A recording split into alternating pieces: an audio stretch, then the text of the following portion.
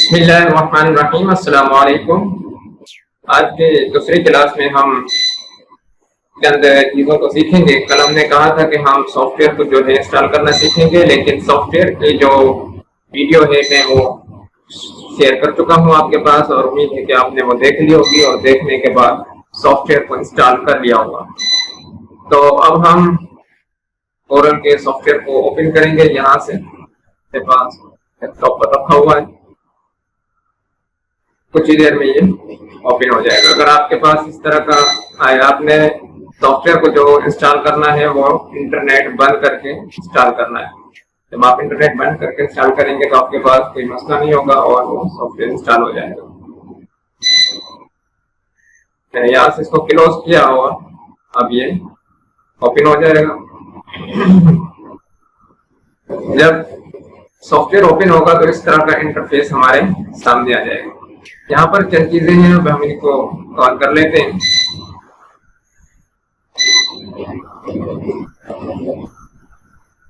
सबसे पहले ये वेलकम स्क्रीन, अगर आप ऊपर देखें तो यहाँ पर अनटाइटल स्क्रीन होगी। यहाँ पर वेलकम स्क्रीन लिखा हुआ है, मैं आपको दिखा देता हूँ कुछ देर में कि वो अनटाइटल होगी। वेलकम स्क्रीन इसलिए होगी कि यहाँ पर वेलकम स्क्रीन लिखा हुआ है। ये सारी वेलकम स्क्रीन है जो आपकी नजर आ रही है। यहाँ पर वेलकम स्क्रीन में चंद चीजें हैं। न्यू डॉक्यूमेंट, अगर आप न्यू डॉक्यूमेंट नया काम करना चाहें तो यहाँ से आप लेकर काम कर सकते हैं।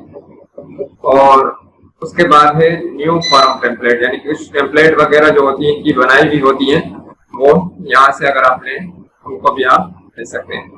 उसके बाद नीचे अगर आप देखें तो कुछ वर्क किया हुआ है वो आपको नजर आ रहा है। ओपन रिसेंट, यानी कि ये चीजें जो है हमने पहले इन पर कुछ देर पहले या कुछ टाइम पहले लास्ट टाइम जो है इन पर हमने काम किया है, तो ये हमारे सामने नजर आ रही है। वेलकम स्क्रीन को अगर हम खत्म करना चाहें तो खत्म भी कर सकते हैं और रखना चाहें तो रखना भी सकते हैं। जी ये देखो, यहाँ से जो मैं डबल क्लिक के बटन को जैसे ही ओपन किया तो यहाँ पर आपको लिखा हुआ नजर आ रहा है। मैं निशान लगा देता हूँ इस पे, ये वाला। अगर आप इस चेक मार्क को हटा देंगे तो फिर ये वेलकम स्क्रीन जो है आप जब भी सॉफ्टवेयर को ओपन करेंगे तो नजर नहीं आएगी, लेकिन मैंने इसको नहीं हटाया तो अब ये नजर आएगी। लेकिन जब मैं इसको हटा दूंगा तो फिर ये नजर वेलकम स्क्रीन नजर नहीं आया करेगी। इस तरह यहाँ पर हमारा जो वर्क है हम इसको भी यहाँ से ओपन कर सकते हैं। मिसाल के तौर पर ये फाइल है तो मैं ओपन कर सकता हूँ जो भी फाइल हम जो हमने किया हुआ है। अगर ओपन करें तो मैं एक आपको ओपन करके दिखा देता हूँ। यहाँ से मैंने इस पर क्लिक किया तो ये कुछ ही देर में ओपन हो जाएगा।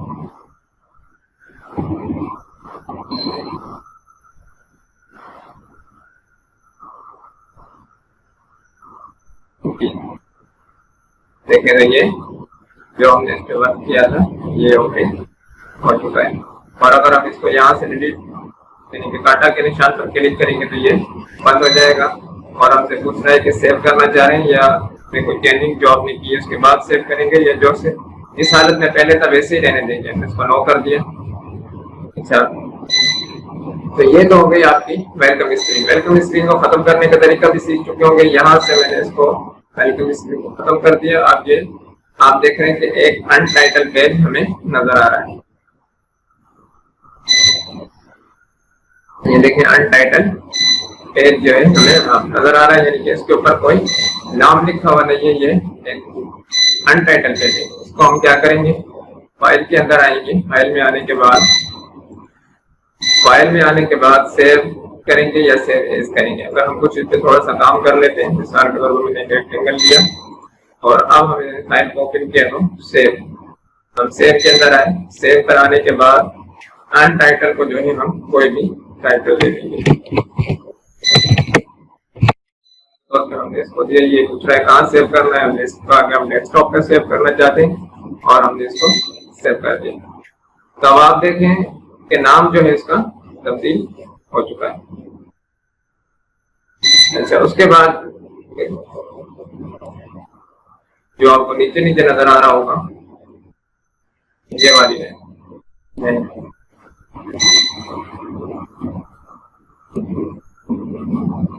ये है मेन्यू बार, ये है मेन्यू बार। इसके अंदर जो है मेन्यू है, file, edit, view, layout, object, effect वगैरह, इनको हम आगे चल के डिस्कस करेंगे।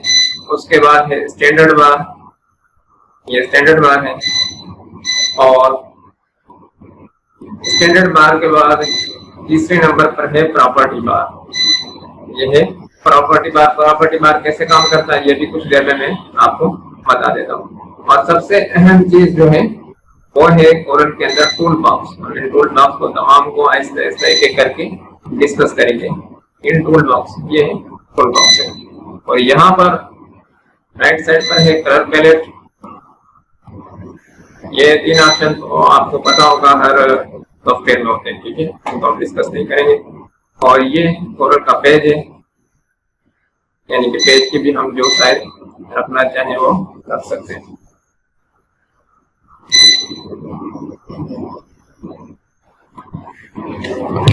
पेज को हमने काटा किया। अच्छा, पेज के बाद अगर आप पेज पर राइट क्लिक करें तो आपको चंद चीजें नजर आ जाएंगी। रीनेम पेज, जैसे ही हम पेज पर माउस लाकर राइट क्लिक करेंगे तो आपको इस तरह का इंटरफेस आएगा। लेकिन जब आप इसकी लाइन पर माउस क्लिक करेंगे तो आप देखेंगे आपसे ये पेज का नाम पूछ रहा है कि कौन सा पेज पहले रखना है, कौन सा बाद में रखना है, डुप्लीकेट पेज, डिलीट पेज, तो ये चीजें आपसे पूछ रहा है। इनको भी हम आहिस्ते आहिस्ते डिस्कस करेंगे आज, क्योंकि इंटरफेस का हम जायजा ले रहे हैं।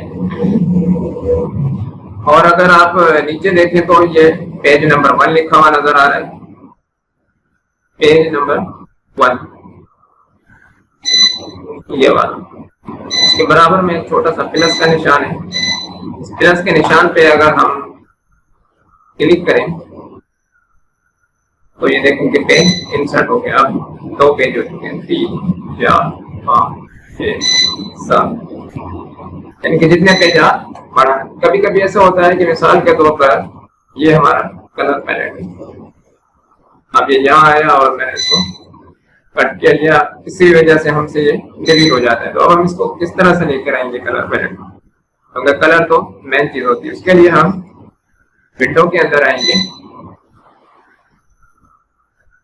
और विंडो में तो सबसे पहले हम आएंगे विंडो के अंदर। विंडो के अंदर आने के बाद आपको नजर आएगा कलर पैलेट। ये देखें नीचे टूल बॉक्स बार के नीचे कलर पैलेट है। यहाँ पे आपने डिफॉल्ट पे क्लिक करेंगे तो ये दोबारा आ गया और आपने इसको यहीं पे एडजस्ट कर देना है, तो ये दोबारा उसी जगह पर एडजस्ट हो गया। बार दफा ऐसा होता है, मिसाल के तौर पर हमसे मेन्यू बार गायब हो जाता है। ये देखो स्टेटस बार भी गायब हो गया नीचे से, और ऊपर से हमसे मेन्यू बार गायब हो गया। अब तो हम मेन्यू बार किस तरह से लेके आएंगे, क्योंकि सब कुछ जो है मेन चीज तो मेन्यू बार है। उसके लिए हम क्या करेंगे, यहाँ पर आके इस एरिया में हमने राइट क्लिक करना है माउस के बटन को, और यहाँ से इस तरह की छोटी सी स्क्रीन आ जाएगी। तो मेन्यू बार पे क्लिक किया, स्टेटस बार पे क्लिक किया, तो ये स्टेटस बार भी हमारा आ गया। तो उम्मीद है कि यहाँ तक आपको क्लियर और बेहतरीन नमूने से समझ में आ चुका होगा। उसके बाद हम जायजा लेंगे प्रॉपर्टी बार का। सबसे पहले हमने एक रेक्टेंगल लिया। रेक्टेंगल को जब मैं इधर उधर कर रहा हूं तो आप प्रॉपर्टी बार के अंदर देख रहे हैं कि कुछ चेंजिंग हो रही है, ठीक है। या आप प्रॉपर्टी बार में मैं रेक्टेंगल को अगर कट किया तो आप देखें प्रॉपर्टी बार के अंदर जो चीजें नजर आ रही है वो इस पेज के मुताबिक नजर आ रही है। जो हमारा पेज है उसके मुताबिक, यानी कि ये कौन सा पेज है, तो ये आपको बता रहा है कि आपने A4 पेज लिया हुआ है, इसकी साइज जो है ये है, पेज A4 है। आपने पोर्ट्रेट रखा हुआ है, आप इसको लैंडस्केप भी कर सकते हैं, और ये आपको जो काउंट कर रहा है फिलहाल इंचीज में कर रहा है वगैरह वगैरह, ठीक है। यानी कि जो भी हम काम करेंगे, मिसाल के तौर पर अगर हम रेक्टेंगल लें तो अब आप देखें इसके जो है प्रॉपर्टी बार जो है इसमें तब्दीली आ रही है। तो प्रॉपर्टी बार जो है ये एक अहम चीज है, इसको भी समझते हुए चलना है। तो मैंने डिलीट किया तो आप देखें प्रॉपर्टी बार जो है तब्दील हो चुका है। यहाँ से आप पेजेस को जो है मिलीमीटर में कर सकते हैं, पॉइंट में, पिक्सल में और फुट में भी कर सकते हैं। मिसाल के तौर पर मैंने इसको 2x3 कर दिया तो ये एक पेज बन गया, ठीक है, यानी कि 2x3 का एक बहुत बड़ा पेज बन गया। लेकिन ये कस्टम में आया, कस्टम में आने के बाद दोबारा मैंने इसको F4 कर दिया। ये नॉर्मल साइज का जो पेपर होता है वो साइज हो गई और इसको मैंने इंचीज में किया तो ये 8.268 इंच का एक पेज है। तो उम्मीद है कि आपको यहाँ पर समझ में आ चुका होगा और बेहतर ये है कि आप जो बात हम लगे उसको आप लिखते हुए चलें ताकि जो है आपको याद रहे और कोई परेशानी न हो। तो अब हम स्टार्ट करेंगे अपने टूल को, यानी कि टूल बार को हम देखेंगे। तो टूल बार मैंने आपको पहले भी बताया था कौन सा है, ये टूल बार, ठीक है। ये हमारा वर्किंग एरिया होगा, इसमें हम काम करेंगे और जो ये जो पेज है ये वाला, यही हमारा प्रिंट के अंदर आएगा। अगर हम यहाँ पर लिखें, बाहर के किसी भी एरिया में लिखेंगे यहाँ पर तो जो है वो प्रिंट के अंदर नहीं आएगा। तो सबसे पहले हमने रेक्टेंगल लिया, रेक्टेंगल की शॉर्ट की जो है वो F6 है, यहाँ पे नजर भी आ रही है। रेक्टेंगल लेने के बाद हम यहाँ से ऊपर लिखा हुआ आ रहा होगा पिक टूल। ये किस लिए आता है? या पिक टूल जो है ये सेलेक्ट करने के लिए आता है। मिसाल के तौर पर ये रेक्टेंगल है, मैंने इसको पिक टूल के जरिए से सेलेक्ट किया, सेलेक्ट करके मैं इसको इधर उधर कर सकता हूँ, इधर भी कर सकता हूँ जहाँ मैं इसको रखना चाहूँ और इसको छोटा भी कर सकता हूँ खींच कर और उसको यहाँ से बड़ा भी कर सकता हूँ। अगर मैं कंट्रोल के साथ इसको छोटा करूंगा,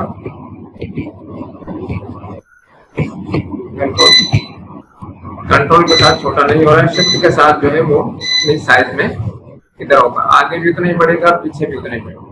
और इसी तरह हम जब इसको लेते हैं, मिसाल के तौर पर मैंने F6 प्रेस किया और मैं कंट्रोल के बटन को प्रेस करूंगा तो ये देखें चौरस जो है रेक्टेंगल बन रहा है, चौरस शेप बन रहा है, ठीक है।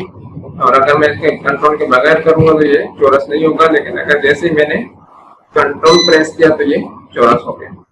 कंट्रोल को हटाया तो ये अलग शेप बन गई, लेकिन कंट्रोल में दबाया तो ये चौरस बन गया। और इसी तरह अगर मैं इसको शिफ्ट के साथ खींचूं तो ये देखिए चारों तरफ से बड़ा होगा ये, और अगर छोटा करना चाहो तो ये चारों तरफ से छोटा होगा। जिस तरफ आप ले जाना चाहें, जहाँ भी ले जाना चाहें, लेकिन ये चारों तरफ से छोटा बड़ा होगा। तो उम्मीद है कि ये आपको समझ में आ चुका होगा कि शिफ्ट के साथ हमने रेक्टेंगल को कैसे लेना है और कंट्रोल के साथ कैसे लेना है। अगर शिफ्ट के साथ बड़ा करेंगे तो ये देखिए चारों तरफ बड़ा होगा, छोटा करेंगे तब भी चारों तरफ छोटा होगा।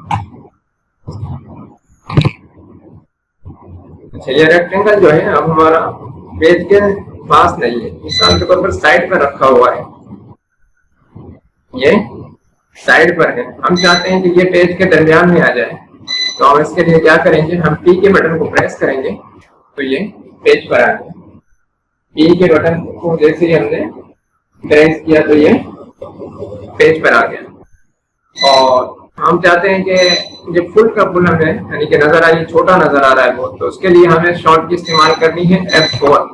जैसे ही हमने F4 को प्रेस किया तो आप देख रहे हैं कि ये फुल स्क्रीन पे आ गया। यहाँ से हमने इसमें कलर फिल कर दिया कोई सा भी और पेज। तो उम्मीद है कि यहाँ तक आपको समझ में आ चुका होगा। मैंने इसको छोटा किया और पिक टूल की हम बात कर रहे थे कि यहाँ से हम पिक टूल से जो है इसको हम सेलेक्ट कर सकते हैं, इधर उधर कर सकते हैं। कलर पैलेट से हम इसका कोई सा भी कलर जो है वो इसके अंदर डाल सकते हैं। अब आपको इसके चारों तरफ जो है लाइनें नजर आ रही होंगी। लाइनों के लिए हमने प्रॉपर्टी बार में आपको नजर आ रहा है कि यहाँ से आप इसकी लाइन को सेट कर सकते हैं। इसको लाइनों को फिर हम दोबारा इंशाल्लाह डिस्कस करेंगे। और फिलहाल देख लेते हैं आप इसके दूसरे ऑप्शन को। दूसरा है free hand pick. Free hand pick क्या काम करता है, मिसाल के तौर पर हमारे पास जो है चंद रेक्टेंगल रखे हुए हैं, ये चौरस किस्म के शेप रखे हुए हैं। इसका डुप्लीकेट लेने के लिए शॉर्टकट की है वो है कंट्रोल डी। कंट्रोल डी, जहाँ इसके ऊपर भी आप आकर कंट्रोल डी प्रेस करेंगे तो इसका डुप्लीकेट आ जाएगा। अच्छा, ये था पिक टूल का इस्तेमाल। पिक टूल के बाद दूसरा जो हमारे पास टूल है वो है फ्री हैंड पिक।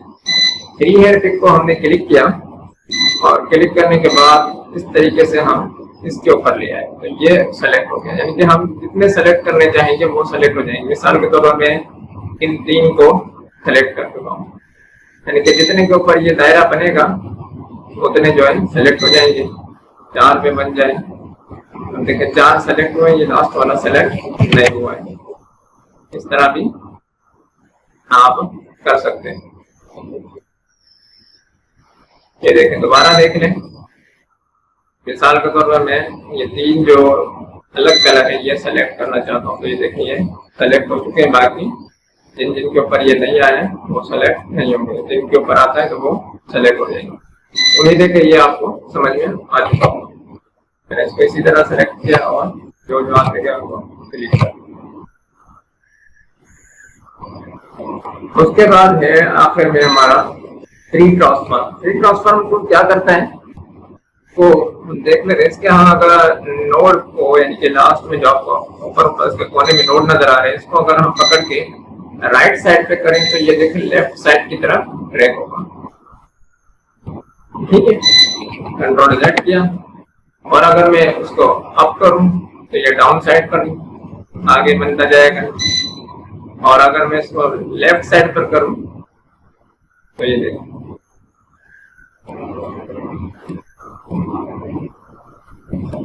अब जिस साइड पे लेकर जाएंगे तो ये उसके मुखालिफ बनेगा। ये देखिए आप इधर आके अगर मैं इसको इधर लेकर जाऊं तो ये इस तरीके से आप इसको तो प्रैक्टिस करें। इसका इस्तेमाल जो है बहुत कम होता है, लेकिन टूल है तो हमने इसको पढ़ना है। ज्यादा जो इस्तेमाल होता है वो पिक टूल का होता है। तो उम्मीद है कि जहां तक आपको समझ में आ चुका होगा। देख रहे हैं इसको